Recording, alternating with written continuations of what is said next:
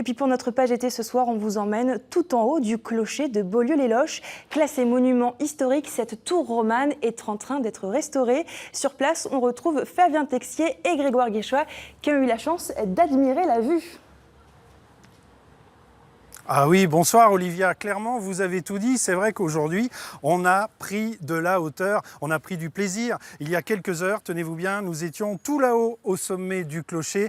Promis Olivia, dans quelques instants, vous allez voir les images que nous avons tournées dans l'après-midi. Alors vous l'avez dit, on passe le week-end dans le Lochois. Depuis ce matin, on est ici à Beaulieu-les-Loches. Tenez, on va faire connaissance avec cette petite commune. On va voir quelques images.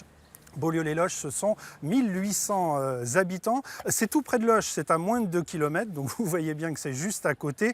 Particularité de cette commune, c'est un canal qui a été aménagé par des moines au XVIe siècle et ça permet et ça offre la possibilité de faire d'agréables balades. Il y a aussi une guinguette pour esquisser quelques pas de danse le week-end et ça ne s'invente pas. Cette guinguette s'appelle les Javanaises.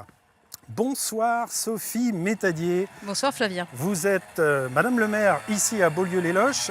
J'ai envie de vous dire, charmante petite commune que vous administrez. Oui, c'est le moins qu'on puisse dire. C'est une belle commune avec un patrimoine bâti et associatif extrêmement important et également des propositions de sculpture avec une exposition qui s'appelle Beaulieu qui dure tout l'été et qui permet d'animer la ville. Sophie Métadier, clairement si on est là c'est pour parler de cette église abbatiale et de ce clocher que l'on restaure depuis bientôt 1 an je crois et en fait il y avait urgence. Oui, il y avait urgence. En 2011, on a des pierres un peu importantes qui sont tombées et on a vérifié, il y avait pas mal de fissures sur ce clocher et donc on a dû entreprendre des travaux qui sont en cours actuellement. Alors racontez-moi, c'est la flèche du clocher que l'on achève de restaurer. Oui, on achève de la restaurer après l'avoir totalement déconstruit. C'est-à-dire qu'on est parti du haut de la flèche, on a démonté pierre par pierre et actuellement les maçons et les tailleurs de pierre sont en train de la reconstruire en pierre neuve. Alors, on a fait des images, je le disais tout à l'heure dans l'après-midi, ça tombe bien puisqu'on fait de la télé, on va vous les montrer. Images signées Grégoire Guéchois, Laurent Amblard au son et le montage, eh bien, il est signé Jean-Marie Borès. Regardez. Autour du site, un gigantesque échafaudage. Tout là-haut, des ouvriers s'activent, sculpteurs, maçons, tailleurs de pierre.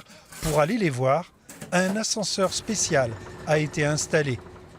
Quelques minutes plus tard, et une soixantaine de mètres plus haut, nous découvrons leur travail. Frédéric est là depuis le début.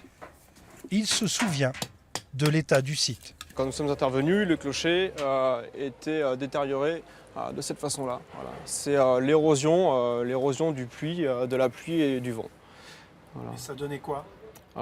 Des épaufrures, des éclats, qui met en péril l'édifice. Depuis octobre 2016, le chantier a considérablement évolué. Le travail de restauration bien avancé. Vous en êtes où?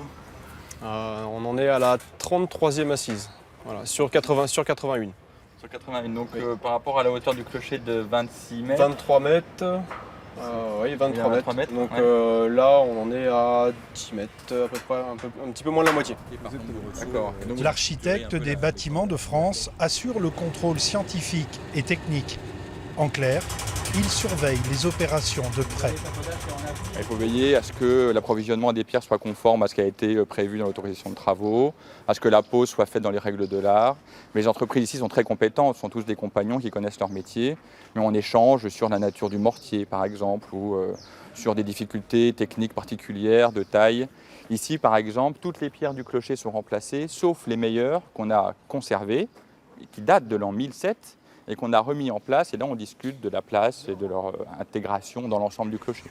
Encore quelques mois, et le clocher de l'église abbatiale retrouvera tout son éclat et une nouvelle jeunesse.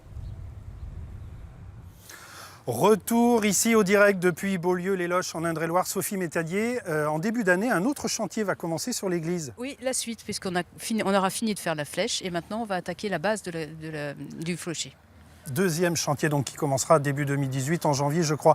Tout ça, ça coûte cher? Oui, c'est 2,5 millions d'euros de travaux pour une commune de 1800 habitants. Donc nous avons lancé une souscription qui permet aux entreprises et aux particuliers de nous aider financièrement tout en défiscalisant les dons qu'ils peuvent nous faire. Madame le maire, merci infiniment. On a passé une excellente journée en votre compagnie. Promis, on reviendra pour l'inauguration de ce clocher. Olivia, demain, nous serons pas très loin d'ici, vous l'avez compris, c'est à Loches. On va partir sur les traces d'un certain Gonzague Saint-Brice. Alors soyez là, je vous retrouve à midi. Merci beaucoup Flavien. Merci pour cette découverte et rendez-vous donc demain dans le 19-20.